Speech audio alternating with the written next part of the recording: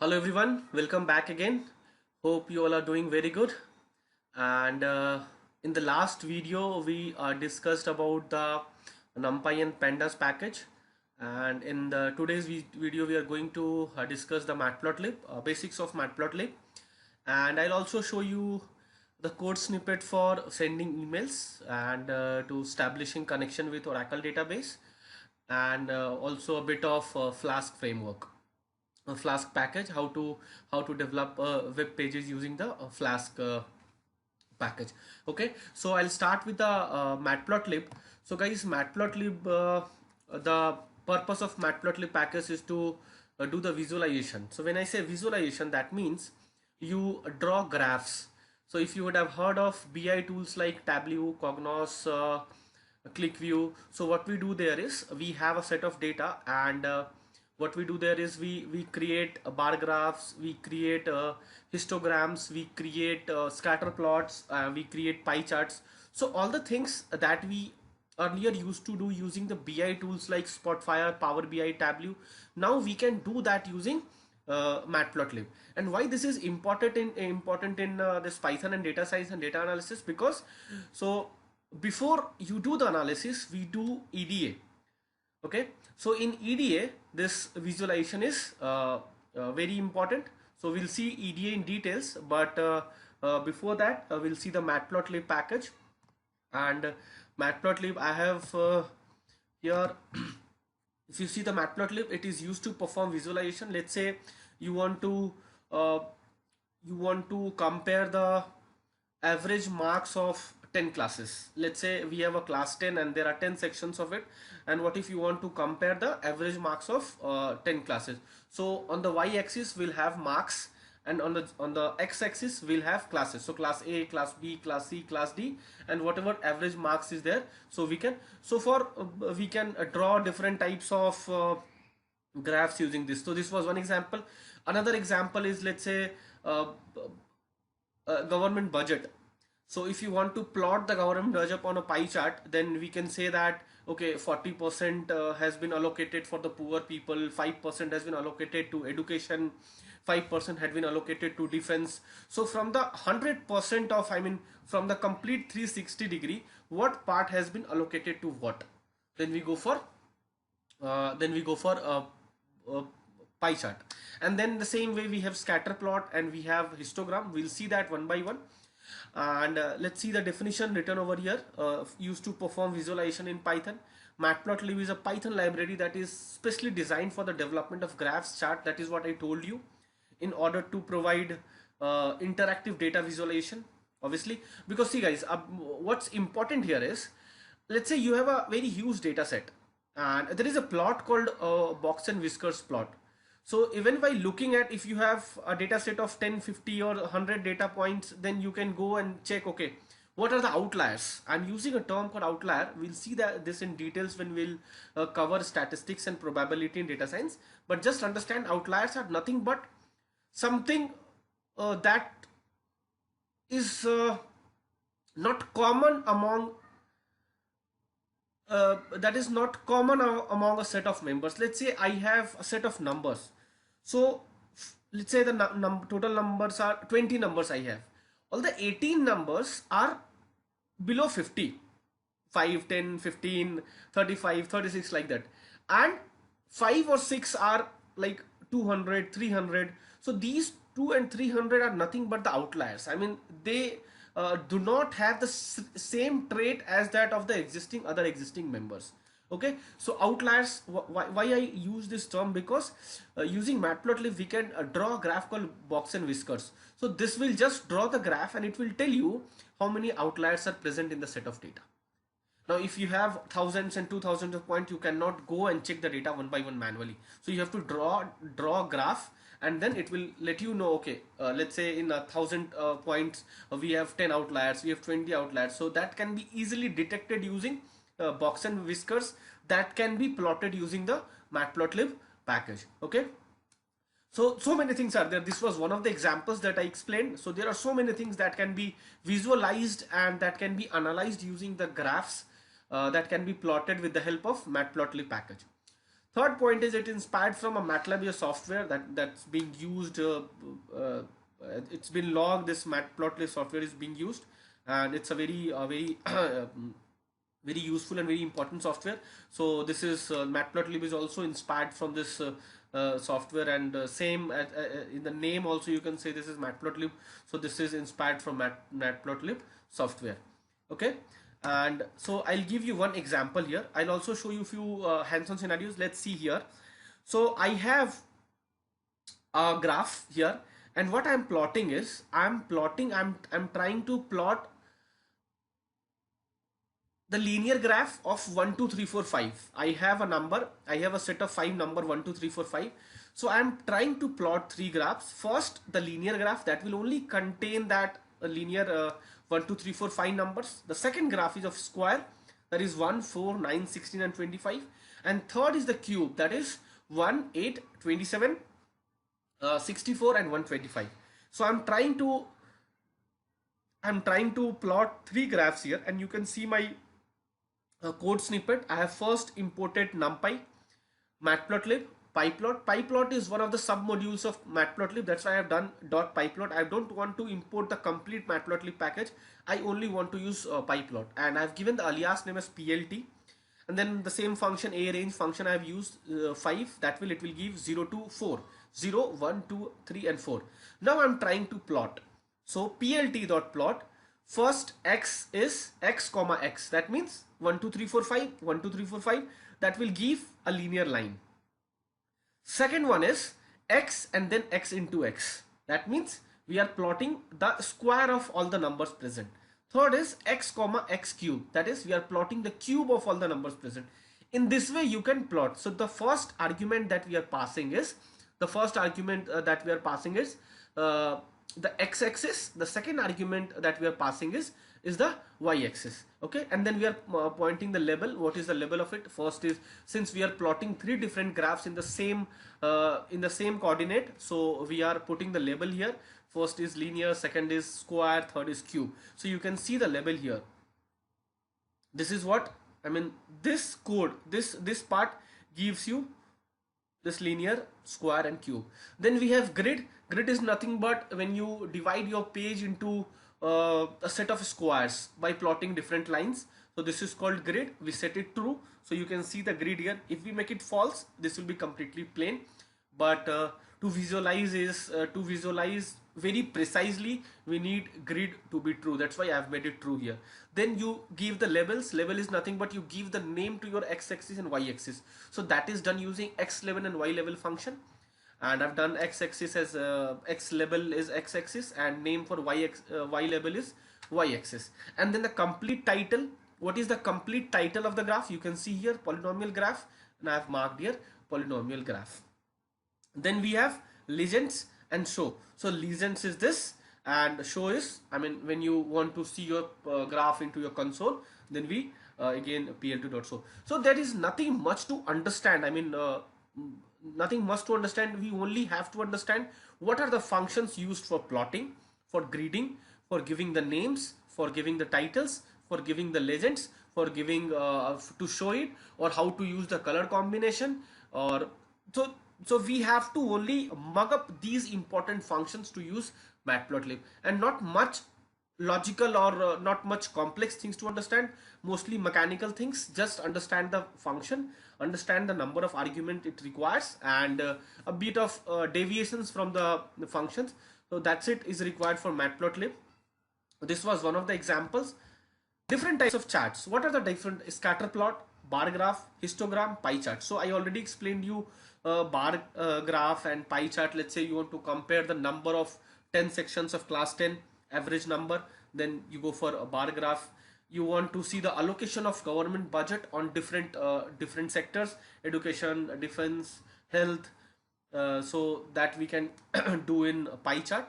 So let's see what histogram, and let's see the definition of histogram and scatter plot. Histogram displays the distribution of variable over a range of frequencies or values. It groups values into non-overlapping categories called bins. Let's say an example of a multinational company called ABC. Okay, and what we are trying to do is we have created different bins. Bin is age group, bin of age group. That means age group from 20 to 25, the first bin.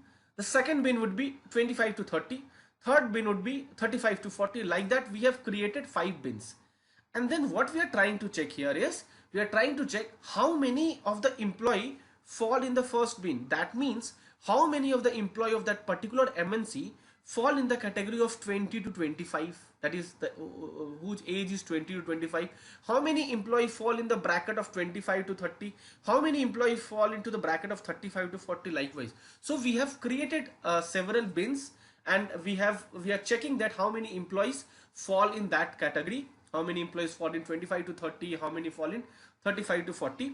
Likewise, bar charts used to visually compare two variables using rectangular blocks called bars. Same as, I mean, you are comparing the average marks of 10 classes. We can go for a bar chart. We already saw pie chart. And then scatter plot displays the value of two sets of data. Let's say in scatter plot, let's say we have two set of data. So if you represent using a scatter plot, it will be plotted by a point, let's say 10 points. So 10 points at their particular coordinate. So I'll show you an example. So this how the looks like, how the scatter plot looks like. Every dot represents a point. Every dot represents a point here. So this is called scatter plot. We'll see the uses of it, I mean where scatter plot and all are used. I'll explain you that when we'll see EDA and all. Okay, so just right now you have to understand what this what is a scatter plot and how can we draw it. Okay, then we have the color combination.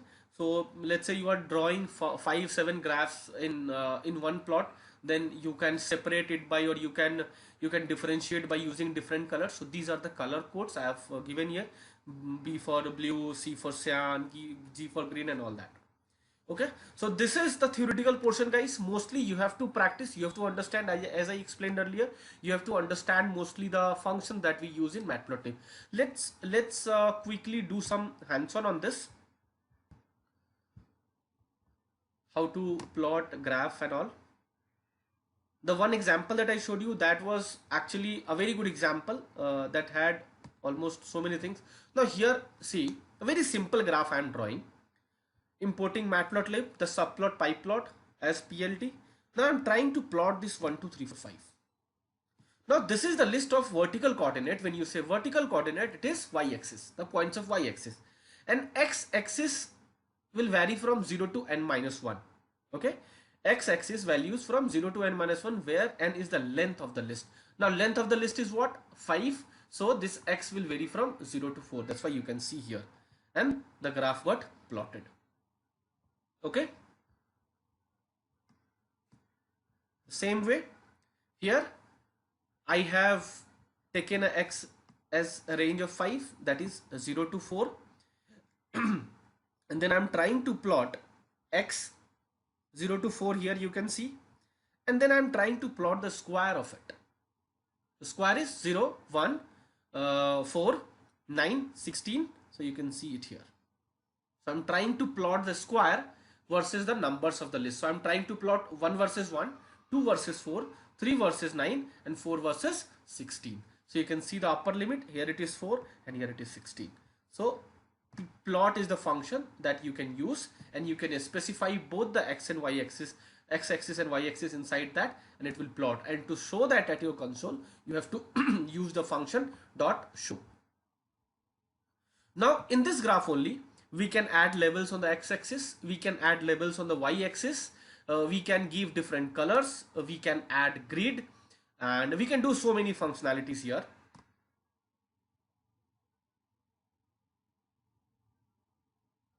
These are the same little bit of variants that we saw. This is for square, this is for cube, and this can be done in the same graph, I mean in the same plot function, separated by comma.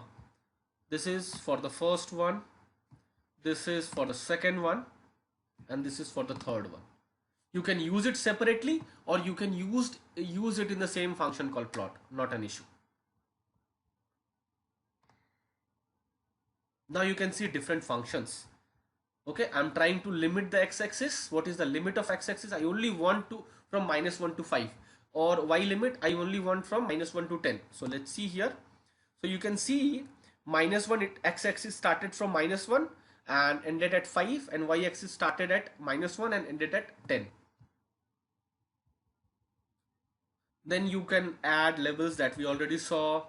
Then you can add legends if it is linear, if it is square, if it is cube, and then save figure. That means if you want to save this image as .png file, you have to use this and it will be saved in your current working directory. Then you can add title for the graph and like this. So these are the important functions, guys. Mostly plot, grid, xlim, ylim, x level, y level, save fig, title, legend, and so these are the few important functions that is required, and not much complex. We just need to pass the x-axis and y-axis in the plot function and it will give you the plotted graph. Now how can we draw a histogram? So there is a function called hist. So you can store the values into y, okay, and then you can plot the histogram and then you can show it. Okay, here I'm generating a random number from array, and dn is a function that is used to generate random numbers. So you can see here I have taken, actually the interval is very long, that's why it's not clearly visible. Now you can see I've changed it. It might take some time.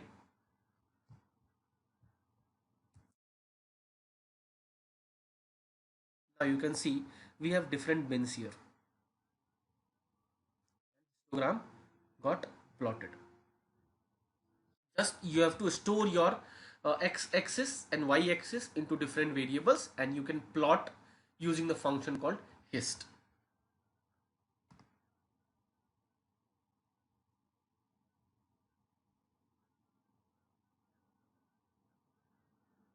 This will make the things clear.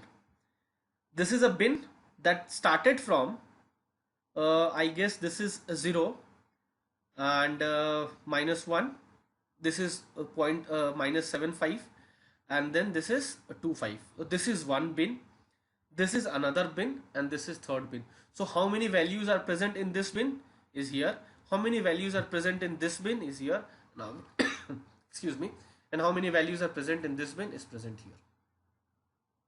So again, same thing is happening, guys. I'm storing the numbers, values into x and y, and then I'm trying to plot histogram using hist function, and then I'm showing it. Then the next one is bar chart. Okay, bar chart, I have passed x and y, and you can see that it got plotted. This is the y-axis and this is the x-axis. Bar chart got plotted.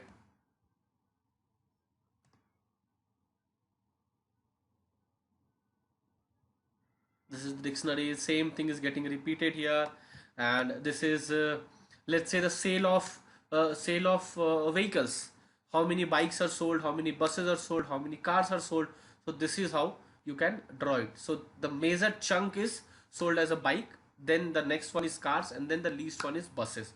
And again the functions used here, labels function, and the pie chart can be drawn using pie function.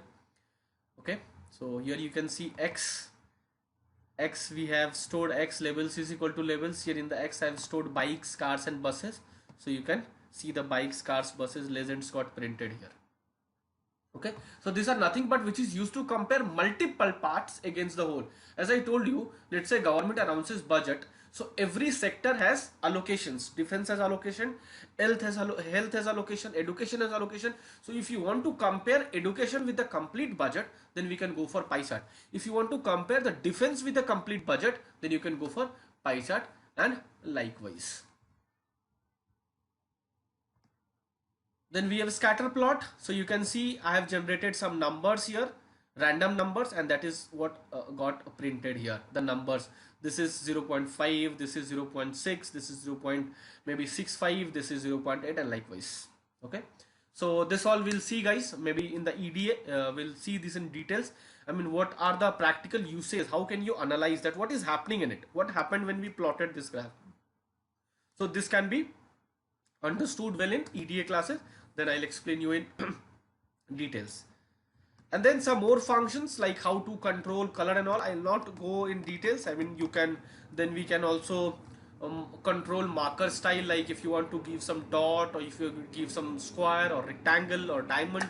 So everything can be controlled, and for everything we have different functions. So what you have to do is you have to mug up all the important functions. I think if you sum up all the functions, it would be around 20. So you have to mug up all those 20 functions, the arguments that all the 20 function take, and you have to analyze the graph.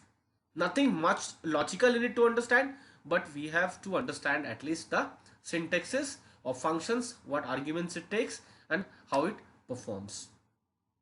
So this was a matplotlib, guys. This will be repeated again. All these things, NumPy, Pandas, matplotlib, all the three packages will be repeated so many times in data science classes. So till now, just go through what I discussed. Only that is the basic that we need to understand this maybe in data science classes. So just mug up the functions that is being used in all the three packages, and we'll see some more examples. We'll see some live and real-time examples in the EDA classes that we'll have.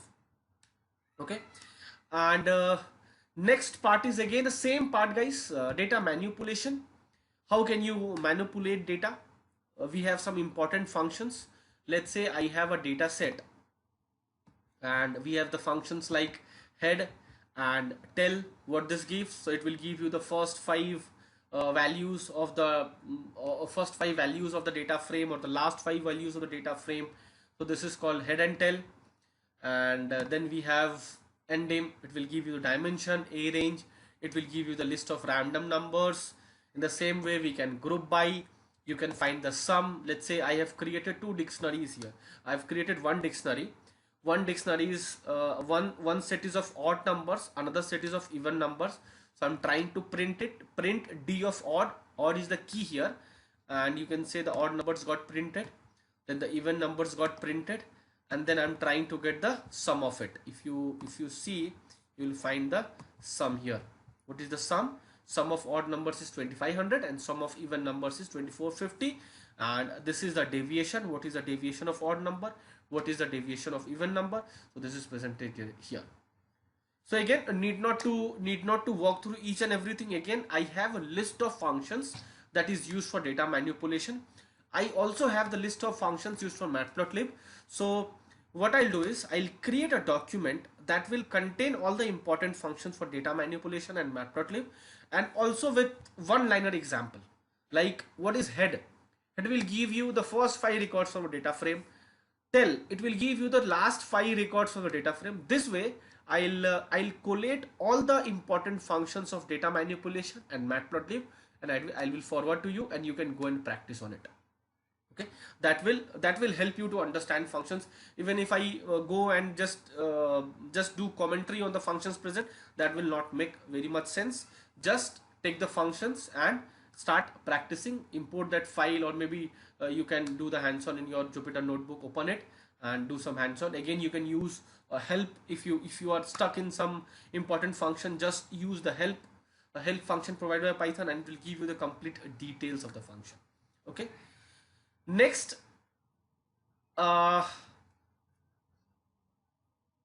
topic is the miscellaneous one, where I'll give you a very brief, I mean 2 minutes overview of how to send email from your Gmail, how to connect Python with your database, and third thing was how to use Flask framework.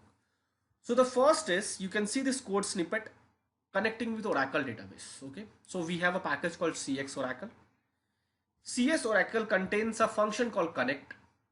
It takes the argument, the username, the password, the host name, and the service name.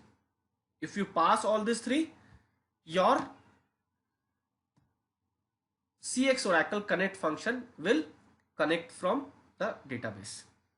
Then we have to use a function called cursor. Cursor, I think I don't need to go in details what actually a cursor does in PLSQL. I think the same functionality is here. So it executes, let's say you have a table called employee that has 10 rows. So cursor will iterate through each and every row one by one, and then using for loop it will be printed. Now for me it is giving error because the password for my database expired.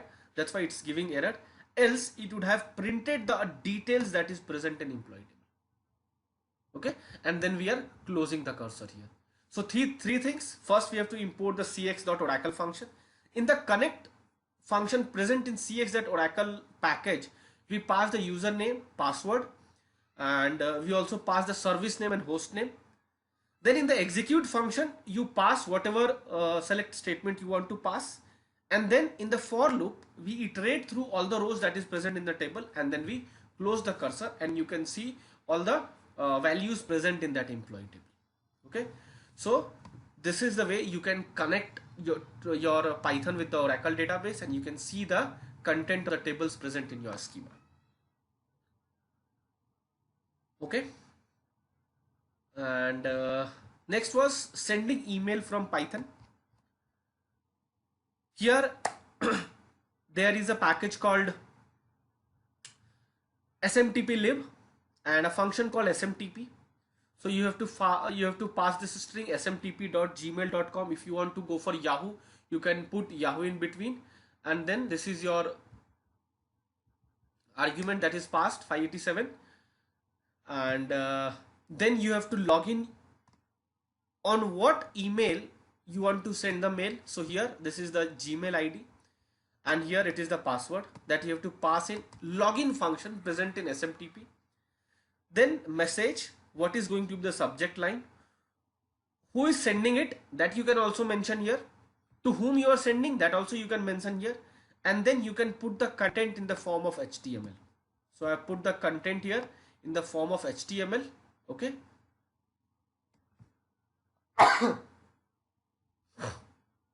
And the mail will be sent. But we have to do, so this was the code snippet, and no need to go in details, guys, that what this login does, what this start ls. Just, I mean, these things will go in little advanced. So just copy this code snippet, try executing it.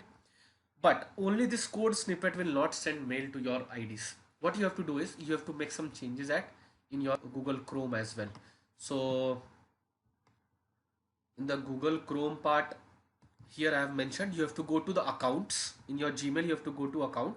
In the security tab, left hand side, turn on the less secure app. It will turn on, and then only your email will be received. Else you won't be able to send email even after writing this complete code snippet. So this change you have to do in your Gmail account, and then execute this code, and a test mail will be sent. So whatever content you want to write, the content will be written here instead of this testing email. This is a subject line, from, to, username, password, the Gmail or Yahoo can be mentioned here. This is a code snippet using which you can send emails. And then this is a web development using Flask. So here, guys, we are using a package called Flask, and this is the function.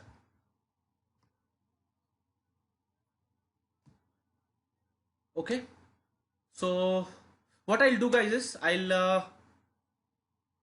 we still have 2-3 things to discuss.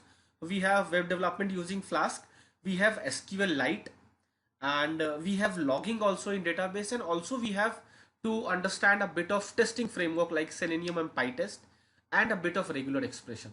So these 5 topics, not that important. This will fall in the category of advanced Python, so not required at this level. So what I'll do is these 5 topics: SQLite, logging in Python, web development using Python, testing framework, and regular expression. So that will be covered in the next video, and that is going to be the last video. But till now what we have covered is going to be your base for data science. The next video that we'll be doing, that will not be used anywhere in data science, so you can take it as optional. So the practice that should be that you are going to do should be based on all the 8 videos, the first 8 videos, because this is the basic for data science.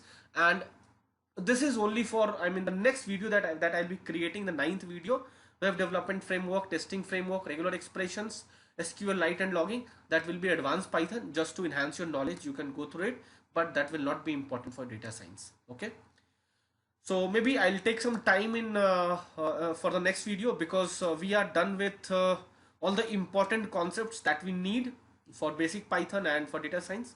So this is completed, and maybe I'll also discuss a bit of hands-on in the next video. Along with these concepts, I'll also explain you a few important case studies. Okay, so we'll and only see that video when you are completely done with these 8 videos, because until unless you are not done with these 8 videos, the ninth one will not make sense. So I'm expecting that in the coming 1 week you are going to complete these 8 videos, practice all the hands-on that we did in the class, and I'll share this notebook, Jupyter notebook file with you. Okay, just drop me an email and I'll share all the I'll create a zip file of it and I'll share that zip file. Just import it and do practice, and keep the last video as optional, not required for data science. And so that's it from the Python point of view, guys. Python classes, this was it. And maybe we'll start in another 1 or 2 week, I'll start uploading data science videos. Okay, but I'm expecting, again reiterating again, that your basics of Python should be clear before I start uploading the data science videos. Make sure that you have practiced all the hands-on and you have went through all the slides and all the Jupyter notebook code content. Then it will be very easier for you to understand the things that we'll be discussing in data science. Okay, so that is it, guys. Thank you so much for listening patiently for throughout the 8 videos, and hope this knowledge sharing session helped you, and it helped you in enhancing your knowledge base. So we'll meet again in our next set of videos, the optional advanced Python and then in data science. We'll meet again there. Till then, do practice, take care, and stay safe.